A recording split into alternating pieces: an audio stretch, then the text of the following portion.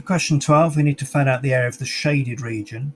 And the shaded region is going to be the large sector, which is a half r. Now the radius of the first one is pi plus 8 all squared times by theta. So that's the area of the big bit. And then we need to take away the area of the small bit, which is a half r squared theta.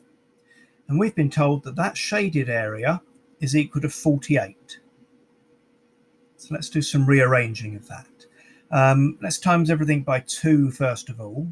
So I've got r plus 8 all squared theta minus r squared theta times by 2. So I've got 96 here. I'm going to multiply out this bracket. So I've got r squared plus 16r plus 64. And that's all being times by theta. So rather than write another line, I'm putting a theta next to all of them there. And you'll notice I've got an r squared theta here cancelling with an r squared theta there. So I've got 16 r theta plus 64 theta equals 96. Now I think 16 goes into all of those. Divide that by 16, divide that by 16, and divide that by 16 is 6. So I think we're nearly there. We need to get r all on its own. So r equals 6, take away 4 theta, divided by theta, which can be tidied up to be 6 over theta, take away 4, as required. So in part B, we're now told that r is actually equal to 10 theta. So 10 theta is 6 over theta minus 4.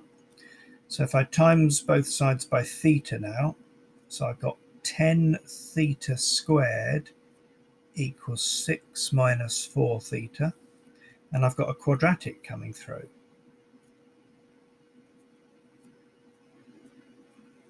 So let's solve that quadratic on the calculator. And that's going to give me theta equals 3/5. Or theta equals minus 1, and we can't have a negative theta. So theta equals 3/5, then r, stick the 3/5 back in there. That's going to make a total of 6, isn't it?